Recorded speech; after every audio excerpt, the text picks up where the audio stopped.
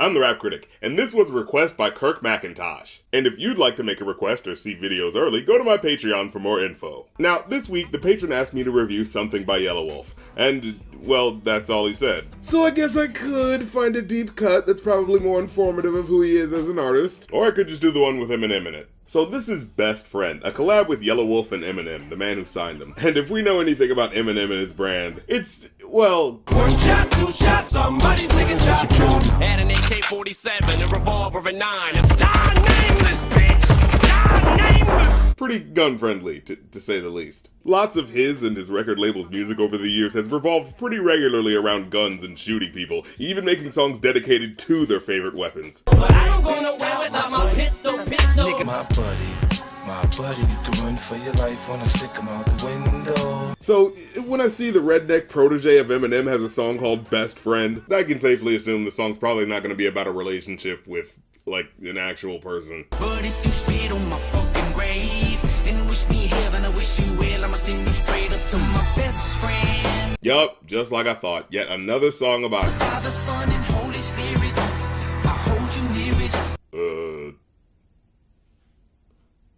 Wait a minute. I'ma send you straight up to my best friend. The Father, Son, and Holy Spirit.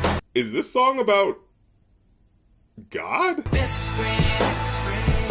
Let the trumpets blow with your appearance. Yeah, who else makes rap songs about Jesus being their best friend? Sounds like Christian rap to me. And hey, they do prominently show his cross tattoo and the cross on his hat, so maybe the idea is that he's an intensely spiritual man who maybe just... Ain't never been much of the church type. Well, maybe he doesn't need the organized religion part. Maybe his relationship with God involves just interpreting and reading the Bible all by himself. I don't know much about holy Bibles. Okay. So you don't go to church and you don't know much of anything about the Bible. I mean, I'm not saying Yelawolf has to, but, you know, the song's about how God is Yelawolf's best friend, but it doesn't particularly seem like it. Like, I was trying to rework this from a badass outlaw whose code of ethics is informed by a spiritual connection, you know, that sort of thing. But you're kind of actively making a case against that, so... But, you know, functionally, it's still the same type of topic I mentioned earlier. It's still about killing you. He just shifted the personification of human connection from an inanimate object to a higher power. But make no mistake, he's still using a gun to send you to your maker. At least you'd think that much from all the gunshot sounds they make in the song. But wait, now that I think about it, Yelawolf never directly mentions having a gun in his verses. In fact, the only situation Yelawolf tells us about where someone disses him involves someone spitting on his grave. But if you spit on my fucking grave and wish me heaven, I wish you well, I'ma send you straight up to my best friend. So, is Yelawolf already dead in this scenario? Well, now I'm confused, because what this initially sounded like to me was, "Hey boy, you show me disrespect and this pistol in my holster gonna send you to the man upstairs. We'll have to answer for the disrespect that got you sent there in the first place."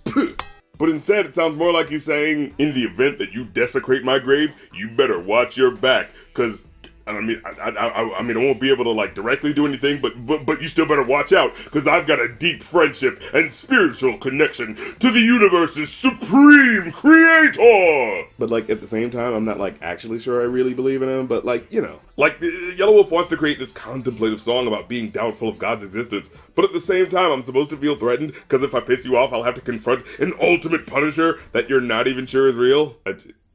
That's just not a very compelling message. And on top of that, we then get Eminem, who, instead of giving us a tight, jaw-dropping 16, labors away at this bloated, overly complicated verse that just loses my interest anytime I try to listen all the way through. Could have gone the other way many times, could have turned Ali with the llama, but I squashed my beefs and things seem to be looking decent recently. Even with the lines that are clever like this one, with its jewels of wordplay, they're delivered with this awkward, strained, herky-jerky flow that sounds like the sentences themselves are constantly struggling to get out of his mouth. And the more random instruments they add, the more it detracts from Eminem's awkwardly delivered flow. It's not even that I don't want to listen to it, I straight up can't pay attention to it. It's just so overly busy with empty, meandering melodies that Eminem's flow feels like just another wandering instrument that I'm struggling to hear. It's like... what's the opposite of an earworm? It's like if my ear was a wall and his flow were those like wall crawling things, and Eminem is that kid who's like, he like really thinks it'll stick if he throws it hard enough, but nah man, it's just not happening. And he's trying to pull off anger, but it sounds a lot more like constipation, honestly. When I'm counting out You be DOA, that announcement pronounce you dead when they sound it out. And sometimes he just overdoes it with the lyricism. Like, it just feels like he should have cut off the metaphor just a couple of words early, like with this line. Dog on the truth like Biggie rockin' with Tupac and a suit talking the proof dropping the deuce. Oh.